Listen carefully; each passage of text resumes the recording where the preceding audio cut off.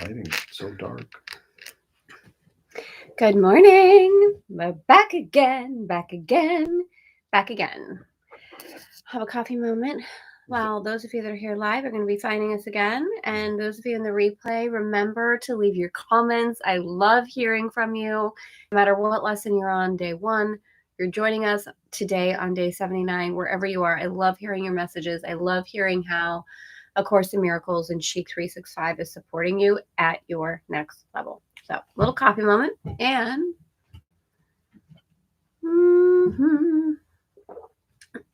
and we will move into lesson 79. How did I get a heart? I love those little heart emojis. Yay, Rose. Rose, who is this? Rose who?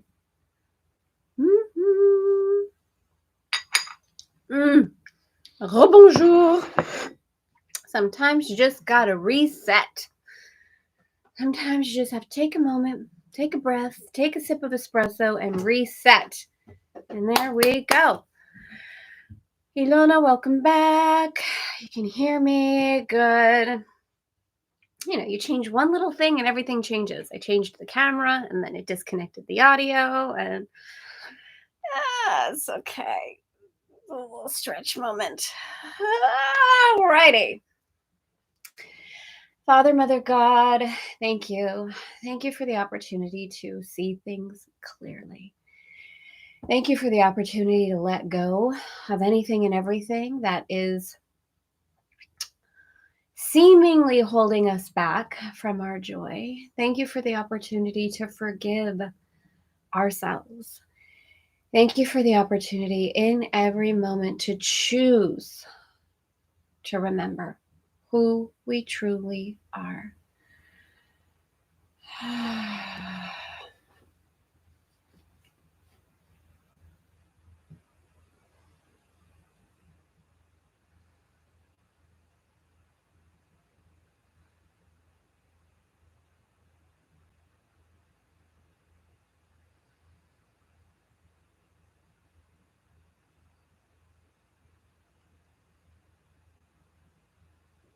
Taking a moment to breathe in and breathe out.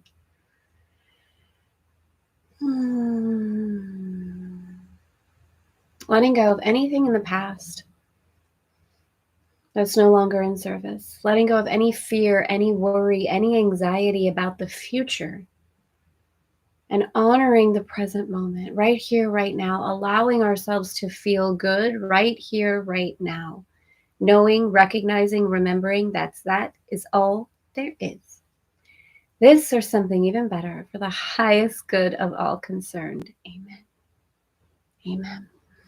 Do you know what's starting to happen in the mornings? Right now, on a little note, little reminder, and I'll say it more than once, on October 27th, which I believe is this coming Sunday, France goes fall back. The States doesn't. France goes fall back. So right now, when we're waking up, you can actually still see the moon through our little hatch. This is a special moment. Can't quite capture it on camera, you know? I haven't found a way to get a good picture of the moon on my camera, but we wake up and it's dark blue sky with a moon right through the hatch. It's so pretty. But I'm sure when we'll be going back, I will not be getting up. It'll be too early for me. All right, are we ready? Shall we? We've got little Lucy in the house. She's on her sleep schedule. All right, beauties. Let us move into lesson 79. And have a little recap of lesson 78. All right, lesson 78. Let miracles replace all grievances. Okay, all of Europe does the switch. Good. The States does not until the following week. So we'll have a week. I'll email everyone. We'll have a week where if you're in the States for any of our calls, it'll be a different time, but I'll confirm all of that. All right, lesson 79. We need this one. I feel like, I don't know about you, But as we move through the lessons together, it's very similar to what happens to me inside of Elegant Femme, and I'm sure inside of all places when we're focusing our intention units, that we really do have an opportunity to live into the lesson. So if we have a lesson like let miracles replace all grievances, and you find yourself particularly triggered that day, you wouldn't be alone. You wouldn't be alone. The course, just like anything, it's not a quick fix. It's not the flip of a switch. It's not, okay, great, I want this, I asked for it. I have talked so many times about that movie with Morgan Freeman where he's playing God. I can never remember the title. It's the one with the Noah's Ark. And the wife in the story is talking to him. She knows that she doesn't know he's God, but they're having a conversation, and she says, I prayed for, I think she prayed for closeness with her family. And Morgan Freeman, who's playing God, says, okay, beautiful. Well, do you think God is just like, that just happens? Or do you have the opportunity to live into the experiences to reflect that to yourself? So my intention in sharing that is, as we're moving through this, if you feel like you've asked for something and it's not there, pay attention to the opportunities that are showing up, the experiences that are showing up for you to choose that. And even to choose in opposition of that at times as a reflection and a reminder to choose again. They do the switchback in the US, Stephanie, but they don't do it until November 3rd. Some states don't do it. Arizona doesn't do it. No, the whole thing. Timeless. All right. Lesson 79. Let me recognize the problem so it can be solved. Yes. How do we know what the problem is? How do we solve it if we don't know what the real problem is? How many times have all of us chased seemingly problems and really chased the problem and weren't even aware of the solution that we asked for, really? We want to see the problem. Got to see the problem. No, the solution is what we're seeking. However, the Course is saying today, let me recognize what the real problem is so that it can be solved. A problem cannot be solved if you do not know what it is. Even if it is really solved already, you will still have the problem because you will not recognize that it has been solved. Can we have a moment with this? Can you feel this? We haven't done this in a while. The devotional yes inside after a little espresso. Are we ready to receive this? Are we a heartfelt yes? Can we position ourselves inside to receive? Can we open? Can we let go of any kind of resistance, any kind of need to understand? And can we position ourselves? And when I say position ourselves, what I feel inside is I feel a physical, emotional, a mental, spiritual turn in me towards the light. Even my cells I can feel turning. And it's really, as the Course says, our bodies follow our mind. So it's my mind turning into an openness, to a yes, to a more please, to a show me, a complete open feeling inside. So can we do this? Can we get a wee? Are you ready to receive? Are you ready to receive? This is so good. I'm going to start over. It's so freaking good. A problem cannot be solved if you do not know what it is. Even if it really is solved already, you will still have the problem because you will not recognize that it has been solved. This is the situation of the world, the problem of separation, which is really the only problem. The problem of separation is the only problem. And it's already been solved because the truth is there is no separation. Separation is only an illusion.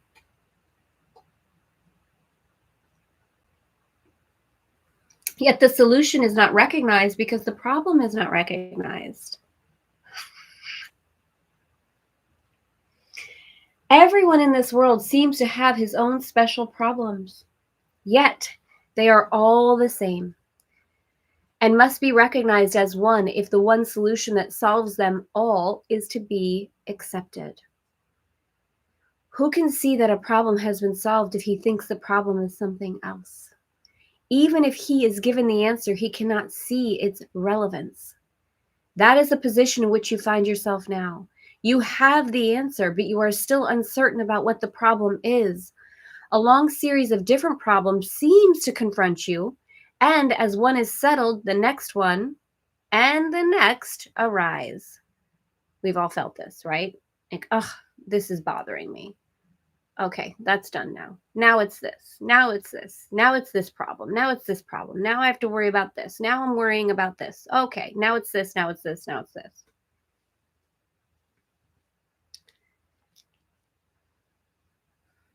There seems to be no end to them. There is no time in which you feel completely free of problems and at peace. The temptation to regard problems as many is the temptation to keep the problem of separation unsolved. Remember that the Course said a few lessons ago, the ego's intention is to seek and not find, which correlates with the energy and the frequency of the illusion of separation. The world seems to present you with a vast number of problems, each requiring a different answer. This perception places you in a position in which your problem solving must be inadequate, and failure is inevitable. No one could solve all the problems the world appears to hold. They seem to be on so many different levels in such varying forms and with such varied content that they confront you with an impossible situation. Dismay and depression are inevitable as you regard them. Some spring up unexpectedly just as you think you have resolved the previous ones. Others remain unsolved under a cloud of denial and from time to time only but all this complexity is to recognize the problem and therefore not to let it be resolved. If you could recognize that your only problem is separation, no matter what form it takes, you could accept the answer because you would see its relevance. Perceiving the underlying constancy in all the problems that seem to confront you, you would understand that you have the means to solve them all. And you would use the means because you recognize the problem. In our longer practice periods today, we will ask what the problem is and what is the answer to it. We will not assume that we already know. We will try to free our minds of all the many different kinds of problems we think we have. We will try to realize that we have only one problem, which we have failed to recognize. We will ask what it is and wait for the answer. We will be told. Then we will ask for the solution to it, and we will be told. The exercises for today will be successful to the extent to which you do not insist on defining the problem. So we let go of defining the problem.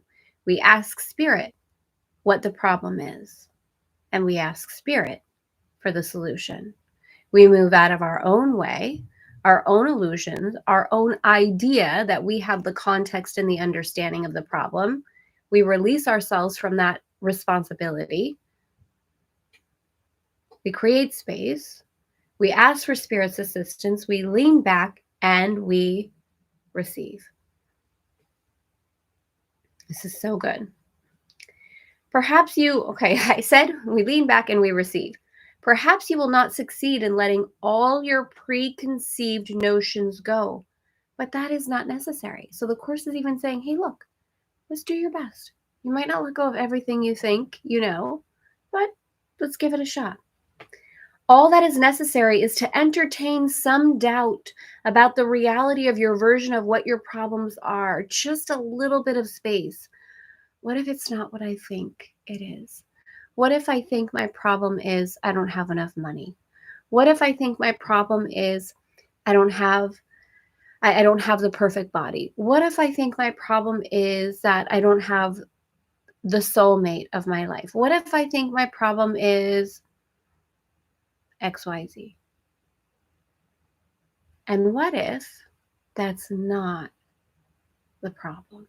Just what if? Just feel it. Can you feel just even a tiny shift of opening inside of curiosity? What if that isn't it? What if that's not the problem?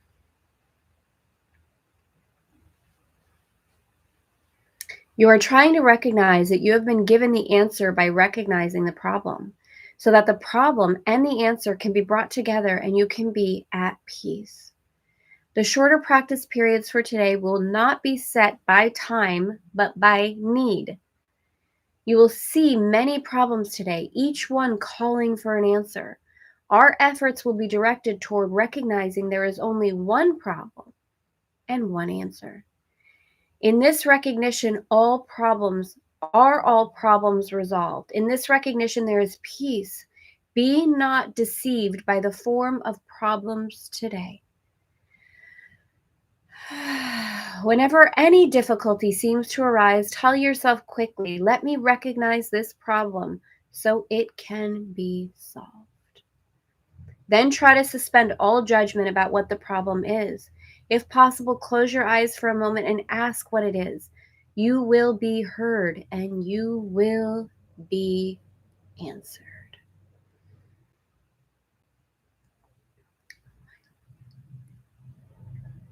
So good, so good. I got a you. Bum, bum, bum, bum, bum. How do we feel about this? Lesson 79.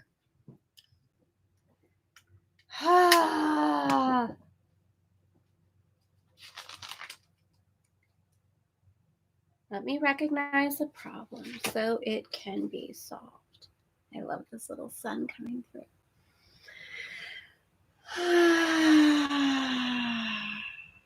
Are we willing to let go of the idea that we think we know? Do you remember the surrender prayer that I shared with you that I say often? I think it was in lesson 3 or 4. I let go of all I think I know and allow the divine to pour itself into me.